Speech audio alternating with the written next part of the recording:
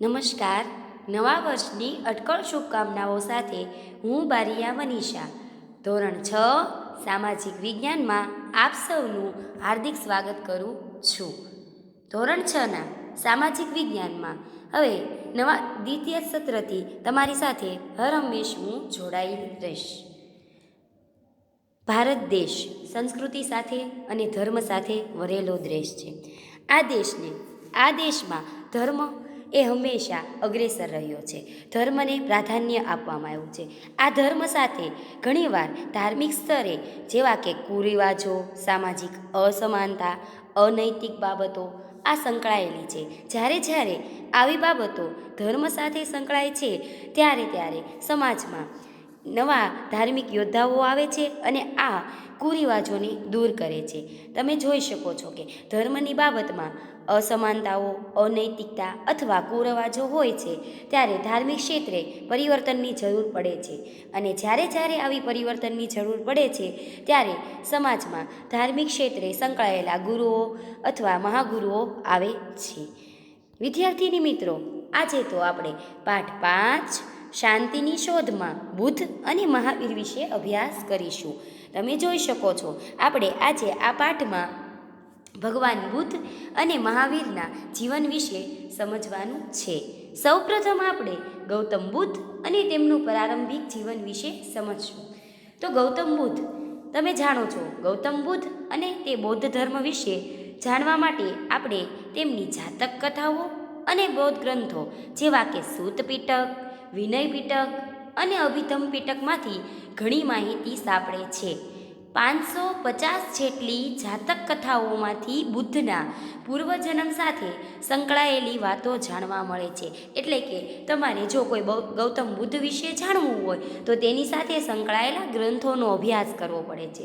હવે આપણે સૌપ્રથમ ગૌતમ બુદ્ધ અને તેમનું પ્રારંભિક જીવન વિશે અભ્યાસ કરીશું. તો કે આ ગૌતમ બુદ્ધનું પ્રારંભિક જીવન કેવું રહ્યું હતું, તેમના માતા પિતા કોણ હતા અને તેઓએ પ્રારંભિક જીવનમાં શું કર્યું હતું તેની માહિતી હું તમને આપું છું. તો તમે જોઈ શકો છો કે ગૌતમ બુદ્ધ તો કે તેઓ ભારતમાં હિમાલય ક્ષેત્રે તરફ નેપાળની તરાઈમાં કપિલવસ્તુ નામનું રાજ્ય હતું અને કપિલવસ્તુના ક્ષત્રિયો શાક્ય કહેવાતા. તે ગણરાજ્ય હતું. આ ગણરાજ્યના વડા શુદ્ધોધન હતા. શુદ્ધોધનના પત્ની મહાદેવી. ગૌતમ બુદ્ધનો જન્મ ઈસવીસન પૂર્વે 566માં શુદ્ધોધન અને મહાદેવીના ઘરે થયો હતો. તેમનું બાળપણનું નામ સિદ્ધાર્થ હતું. જન્મના થોડા દિવસો બાદ તેમના માતા મહાદેવી મૃત્યુ પામ્યા હતા. તેમનું પાલન પોષણ ગૌતમી મહાપ્રજાપતિએ કર્યું, જે તેમના પાલક માતા હતા. એટલે કે ગૌતમ બુદ્ધના માતાનું નામ મહાદેવી હતું, તેમના પિતાનું નામ શુદ્ધોધન હતું અને તેમના જન્મ સમય બાદ તેમના માતાનું મૃત્યુ થયું હતું. આથી તેમના પાલક માતા ગૌતમી મહાપ્રજાપતિએ તેમનું પાલન પોષણ કર્યું હતું. નાનપણથી જ સિદ્ધાર્થ શિક્ષણ અને જ્ઞાન સાથે સંકળાયેલા હતા. કપિલવસ્તુની બાજુમાં આલાર કલામ નામના એક સંતનો આશ્રમ આવેલો. આલાર કલામ તેમના ગુરુ હતા. એટલે કે તેમના ગુરુનું નામ શું હતું તો કે આલાર કલામ. સિદ્ધાર્થ તેમના આશ્રમમાં જતા. અહીં તેઓ ધ્યાન ધરતા. સિદ્ધાર્થ જ્ઞાન અને સમાધિની ચર્ચા કરતા રહેતા હોવાથી તેમના પિતા ચિંતિત થયા. તેમને લાગ્યું કે સિદ્ધાર્થ સંન્યાસી તો નહીં થાય ને. એટલે વિદ્યાર્થી મિત્રો, તમે જોઈ શકો છો કે રાજાને એવું સહજ મનમાં થયું કે મારો સંતાન સંન્યાસી તો નહીં થાય. એટલે તેમને નાની ઉંમરમાં રાજપાટ અને યુવાવસ્થામાં જ લગ્ન કરાવવામાં આવ્યા. તેમની પત્નીનું નામ શું હતું તો કે તેમની પત્નીનું નામ યશોધરા હતું. તેમને એક પુત્ર પણ હતો, તેનું નામ હતું રાહુલ. હવે વિદ્યાર્થીની મિત્રો, તમે જોઈ શકો છો કે આ ગૌતમ બુદ્ધ અને તેમનું પ્રારંભિક જીવન હતું. ત્યારબાદ તેઓએ ગૃહત્યાગ અને સાધના કેવી રીતે કરી હતી તો તમે જોઈ શકો છો કે ગૌતમ બુદ્ધે લગભગ 30 વર્ષની વયે જ્ઞાન પ્રાપ્તિ અને સત્યની શોધ માટે તેમણે પોતાના રાજવી પરિવાર અને રાજ્યનો ત્યાગ કરી સંન્યાસી બનવાનું નક્કી કર્યું. એક રાત્રે તેમના સારથી છન્ન અને પોતાના પ્રિય ઘોડા પોતાના પ્રિય ઘોડા કથકને લઈ રાજ્ય બહાર આવેલા નદી કિનારે ગયા. પોતાના રાજવી પોશાકનો ત્યાગ કરીને છન્ન પોતાને તમામ આભૂષણો આપી કથકને લઈ રાજમહેલ જવા યાજ્ઞા આપી. એટલે કે તેઓએ તેમના રાજસેનાનીને તેમનો ઘોડો લઈને રાજ તરફ પાછા જવાનું અને પોતે સંન્યાસીના ભગવા કપડાં ધારણ કરી જંગલ તરફ ચાલ્યા ગયા. ગૃહ ત્યાગ બાદ તેઓ રાજગૃહ અને પછી પુરેવેલા નામના સ્થળે ગયા. અહીં 5 બ્રાહ્મણો સાથે તપસ્યા શરૂ કરી. તેમને લાગ્યું કે અન્ન જળનો ત્યાગ કરી શરીરને કષ્ટ આપવાથી જ્ઞાન પ્રાપ્ત થશે નહીં. એટલે કે તેઓ એવું માનતા હતા કે અન્ન જળનો ત્યાગ કરી શરીરને કષ્ટ આપીને ઈશ્વર પ્રાપ્તિ થવાની નથી. અધ્યાત્મ માર્ગ અને પોતાની તૃષ્ણાઓ ઉપર વિજય મેળવવો અને મનુષ્યનું મોટું કરવું છે. તેમણે 5 બ્રાહ્મણોનો સાથ છોડીને એકલા જ તપસ્યા કરવાનો નિર્ણય કર્યો. બોધગયા ખાતે એક પીપળાના વૃક્ષ નીચે બેસી તેમણે સત્ય અને જ્ઞાન પ્રાપ્તિ માટે સાધના શરૂ કરી. ઘણા દિવસોની સાધના પછી વૈશાખી પૂર્ણિમાના દિવસે તેમને જ્ઞાન પ્રાપ્ત થયું. જ્ઞાન પ્રાપ્ત થતાં સિદ્ધાર્થમાંથી તેઓ બુદ્ધ થયા. બુદ્ધનો અર્થ જાગ્રત કે જ્ઞાની થાય છે. પાછળથી તેઓ ગૌતમ બુદ્ધ કહેવાયા. તમે જોઈ શકો છો વિદ્યાર્થી મિત્રો કે નાની ઉંમરમાં તેમણે પોતાની તમામ તૃષ્ણાઓ એટલે કે મનુષ્ય સહજ જે આપણને તૃષ્ણાઓ હોય જે ઈચ્છાઓ હોય તેમનો તેણે ત્યાગ કર્યો અને અધ્યાત્મ માર્ગ તરફ વળ્યા અને નાની ઉંમરમાં તેઓ શું કહેવાય ગૌતમ બુદ્ધ તરીકે ઓળખાણા. અને બુદ્ધનો અર્થ જોઈએ સામાન્ય તો કે જાગ્રત અથવા જ્ઞાની થાય છે. ગૌતમ બુદ્ધે તમે જોઈ શકો છો કે તેઓએ ઉપદેશ પણ ઘણા બધા આપ્યા છે. લોક સમાજને ઉપયોગી થાય અને ધર્મમાં પરિવર્તન આવે તેમણે ઉપદેશ આપ્યા. તો તેમાં જોઈ શકો જ્ઞાન પ્રાપ્તિ બાદ બુદ્ધ સારનાથ ગયા જ્યાં તેમને જૂના બ્રાહ્મણ મિત્રો મળ્યા. સૌ પ્રથમ વખત તેમણે આ 5 બ્રાહ્મણ મિત્રોને સારનાથ ખાતે ઉપદેશ આપ્યો. બુદ્ધના આ પ્રથમ ઉપદેશને ધર્મચક્ર પરાવર્તન કહેવામાં આવે છે અથવા ધર્મચક્ર પરાવર્તન કહેવામાં આવે છે. બુદ્ધે સંસારના દુઃખોમાંથી મુક્તિ મેળવવા બહુ જ સરળ અને સાદો ઉપદેશ આપ્યો. તેમના મતે 4 આર્ય સત્ય છે. સંસાર દુઃખમય છે એટલે કે આ સંસાર કેવો છે તો કે દુઃખ ભરેલો છે. બીજું દુઃખનું કારણ તૃષ્ણા છે એટલે કે મનુષ્યને મોટા ભાગનું દુઃખ શેમાંથી આવે? મને આ જોઈએ છે, મને આ ગમે છે, મારે આ લેવું છે, મારે આ કરવું છે, મારે આમ જીવવું છે. તો કે દુઃખનું કારણ શું છે? તૃષ્ણા એટલે કે મનુષ્યની અંદર રહેલી તૃષ્ણા. ત્રીજું દુઃખનો નાશ તૃષ્ણાનો ત્યાગ છે. જો તમારી ઈચ્છા હોય તેનો તમે ત્યાગ કરી દો એટલે શું થાય તો કે દુઃખનો નાશ થાય. ચોથું અષ્ટાંગિક માર્ગ એટલે કે યોગ દ્વારા આ તૃષ્ણાનો ત્યાગ થાય. બુદ્ધે સમજાવેલા આ 4 આર્ય સત્ય બૌદ્ધ ધર્મના સિદ્ધાંત તરીકે જાણીતા છે જેને સમ્યક દર્શન પણ કહેવામાં આવે છે. ત્યારબાદ વિદ્યાર્થીની મિત્રો બુદ્ધ એક મહાન સુધારક તરીકે એટલે કે બુદ્ધ ભગવાન મહાન ધાર્મિક અને સામાજિક સુધારક હતા.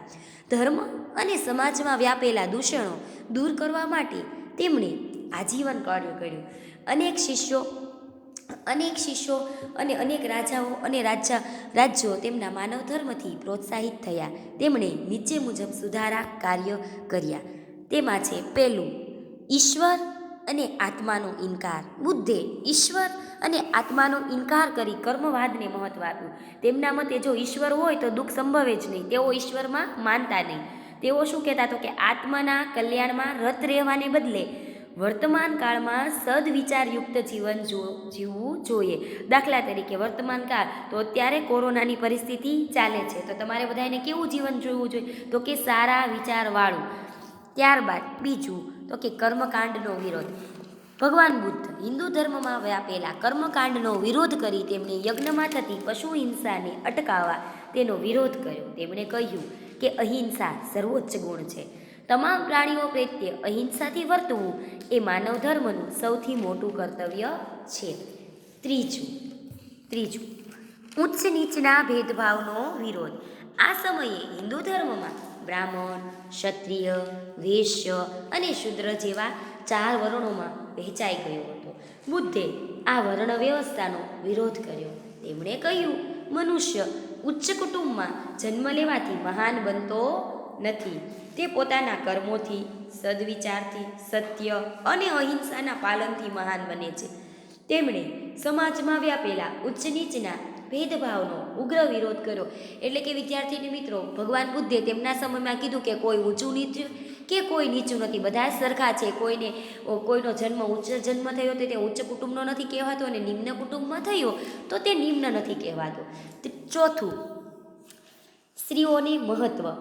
બુદ્ધે પોતાના આ માનવ ધર્મમાં પુરુષો જેટલું જ મહત્વ સ્ત્રીઓને આપ્યું છે. તેમણે કહ્યું, નિર્વાણનો માર્ગ માત્ર પુરુષો માટે જ નથી, એટલે કે મોક્ષનો માર્ગ માત્ર પુરુષો માટે નથી, પણ સ્ત્રીઓ પણ સાધના અને કર્તવ્યથી નિર્વાણ પ્રાપ્ત કરી શકે છે. તો તમે જોઈ શકો છો, બુદ્ધ એક મહાન સુધારક તરીકે હતા. તેમાં તેમણે 4 બાબતોને મહત્વ આપ્યું છે: ઈશ્વર અને આત્માનો ઇનકાર, કર્મકાંડનો વિરોધ, ઊંચ નીચના ભેદભાવોનો વિરોધ અને સ્ત્રીઓને મહત્વ. તમે જોઈ શકો છો કે ગૌતમ બુદ્ધે આ 4 બાબતો આપી. ત્યારબાદ નિર્વાણ એટલે કે તેઓનું મૃત્યુ. બુદ્ધને વૈશાખી પૂર્ણિમાએ બૌદ્ધ વૃક્ષની છાયામાં જ્ઞાન પ્રાપ્ત કરી બુદ્ધ ભારતમાં સમાજ અને ધર્મમાં સુધારા કરતા રહ્યા. અનેક લોકોને તેમણે સદમાર્ગે વાળ્યા. સત્ય અને અહિંસાનો ઉપદેશ આપી માંસાહાર અને ઊંચ નીચના ભેદભાવનો વિરોધ કર્યો. 80 વર્ષની વયે કુશીનારમાં તેમનું અવસાન થયું અને તેઓ નિર્વાણ પામ્યા. પરંતુ વિશ્વભરમાં આજે પણ તેમના વિચારો અને ધર્મ જીવંત રહ્યા છે. તમે જોઈ શકો છો, શાંતિની શોધમાં બુદ્ધ ભગવાન વિશે મેં તમને સમજાવ્યું. તેમાં ગૌતમ બુદ્ધનું પ્રારંભિક જીવન, ગૃહત્યાગ અને સાધના, તેઓ એક સમાજના મહાન સુધારક તરીકે, અને તેઓ નિર્વાણ કુશીનરમાં 80 વર્ષની વયમાં તેમનું અવસાન થયું હતું. હવે વિદ્યાર્થીની મિત્રો, તમે જોઈ શકો છો એક મહાન સુધારક જેમના વિશે મારે તમને વાત કરવાની છે. એવા મહાન સુધારક છે મહાવીર સ્વામી. તો કે મહાવીર સ્વામી વિશે જાણતા પહેલાં તેમને જૈન ધર્મમાં સંકળાયેલા હોવાથી જૈન ધર્મ વિશે થોડી પૂર્વ ભૂમિકા બાંધું છું. બૌદ્ધ ધર્મની જેમ ભારતીય સમાજમાં જૈન ધર્મનું પણ અગત્યનું સ્થાન છે. જૈન ધર્મમાં કુલ 24 તીર્થંકર થયા. આગમ ગ્રંથો જૈન ધર્મને જાણવાના મહત્વપૂર્ણ સ્ત્રોતો છે. એટલે કે આગમ ગ્રંથો દ્વારા જૈન ધર્મને જાણી શકાય છે. આ ગ્રંથો પ્રમાણે જૈન ધર્મમાં પ્રથમ તીર્થંકર ઋષભદેવ અથવા આદિનાથ હતા. 23મા તીર્થંકર પાર્શ્વનાથ હતા. પાર્શ્વનાથ કાશીના રાજા અશ્વસેનના પુત્ર હતા. તેમણે 30 વર્ષની વયે ગૃહત્યાગ કરી સંન્યાસી બની જૈન ધર્મનો ઉપદેશ આપ્યો. તેમણે વૈદિક ધર્મ તથા જાતિ પ્રથાનો વિરોધ કર્યો. તેમણે સત્ય, અહિંસા, અસ્તેય, અપરિગ્રહનો ઉપદેશ આપ્યો. તેમના પછી 24મા અને છેલ્લા તીર્થંકર મહાવીર સ્વામી હતા. તેમના વિશે આજે આપણે જાણીશું. મહાવીર સ્વામીનું પ્રારંભિક જીવન જોઈએ તો કે તેઓ વજ્જી સંઘના એક ગણરાજ્ય કુંડગ્રામના દાતૃક્ષત્રિય વંશમાં મહાવીર સ્વામીનો જન્મ થયો હતો. તેમનું બાળપણનું નામ શું હતું? તો કે તેમનું બાળપણનું નામ વર્ધમાન હતું. તેમના પિતા સિદ્ધાર્થ ગણરાજ્યના રાજા હતા. મહાવીર સ્વામીની માતાનું નામ ત્રિશલા દેવી હતું. તેમના મોટા ભાઈનું નામ નંદીવર્ધન હતું. વર્ધમાન પણ ગૌતમ બુદ્ધની જેમ રાજકુમાર હોવાથી તેમણે અનેક કલાઓનું જ્ઞાન મેળવ્યું. તેમના લગ્ન રાજકુમારી યશોદા સાથે થયું હતું. વર્ધમાનની પુત્રીનું નામ પ્રિયદર્શની હતું. તમે જોઈ શકો છો વિદ્યાર્થીની મિત્રો કે વર્ધમાનની માતાનું નામ, પિતાનું નામ, પત્નીનું નામ અને પુત્રીનું નામ મેં જણાવ્યું છે. ત્યારબાદ વર્ધમાને ગૃહત્યાગ અને સાધના કેવી રીતે કરી? તો કે વર્ધમાને ગૃહત્યાગ અને સાધના તો કે 30 વર્ષની વયે સત્ય અને જ્ઞાનની શોધમાં તેમણે ગૃહત્યાગ કર્યો. ભિક્ષુક જીવન ધારણ કરી 12 વર્ષ સુધી કઠોર તપસ્યા કરી ઋજુપાલિક નદીના કિનારે તેમને સર્વોચ્ચ જ્ઞાન એટલે કે કેવલ જ્ઞાન પ્રાપ્ત થયું. પોતાના મન અને ઇન્દ્રિયો પર વિજય પ્રાપ્ત કર્યો હોવાથી તેઓ જીન કહેવાયા. એટલે કે મનુષ્યને સૌથી મોટો ઉદ્દેશ છે કે તેઓએ પોતાના મન અને ઇન્દ્રિયો પર વિજય પ્રાપ્ત કર્યો હતો. આવા મહાન પરાક્રમી વર્ધમાન મહાવીર તરીકે જાણીતા થયા. તેમના ઉપદેશ, તેઓએ લોકોને શો ઉપદેશ આપ્યો? તો કે મહાવીર સ્વામીએ મુખ્યત્વે 5 ઉપદેશ આપ્યા. તેમાં આપણે જોઈએ તો કે અહિંસા. મહાવીર સ્વામી માનતા હતા કે હિંસા માનવ સમાજનું સૌથી મોટું દૂષણ છે. કોઈ પણ પ્રકારની હિંસા કરવી નહીં. નાનામાં નાના જીવને જીવવાનો પૂરો અધિકાર છે. મનમાં પણ હિંસા કરવી જોઈએ નહીં. પ્રાણી માત્રની રક્ષા કરવી એ જ મનુષ્યનું સાચું કર્તવ્ય છે. એટલે કે અહિંસા. કોઈને મન, કર્મ કે વચનથી ક્યારેય કોઈને હિંસા કરવી નહીં. સત્ય. ક્યારેય અસત્યનું ઉચ્ચારણ કરવું નહીં. વિચાર્યા વગર કે સમજ્યા વિના બોલવું પણ જોઈએ નહીં. સત્યના પાલન માટે ક્રોધનો ત્યાગ કરવો જોઈએ. સત્યનો હંમેશા દરેક પરિસ્થિતિમાં પાલન કરવું જોઈએ. એટલે મારી વહાલી વિદ્યાર્થીની મિત્રો, સત્યનો હંમેશા આગ્રહ રાખવો જોઈએ. સત્ય ક્યારેય છોડવું જોઈએ નહીં. અસ્તેય. ચોરી એ સૌથી મોટું અનિષ્ટ છે. કોઈની પણ અનુમતિ વગર તેની વસ્તુ ગ્રહણ કરવી જોઈએ નહીં. કોઈની યાજ્ઞા વગર કોઈના ઘરમાં પ્રવેશ કરવો તે પણ ચોરી છે. એટલે કે કોઈ પણ વસ્તુ કોઈને પૂછ્યા વગર કે કોઈની યાજ્ઞા વગર આપણે લેવી તેને ચોરી કહેવાય છે. તેમ સમજાવી તેને તે સમયના સમાજના ચોર વૃત્તિથી દૂર કરવાનો પ્રયત્ન કર્યો. આ ઉપરાંત 5 બ્રહ્મચર્ય. એટલે કે જૈન સાધુઓ અને સાધ્વીઓએ બ્રહ્મચર્યનું પાલન કરવું જોઈએ.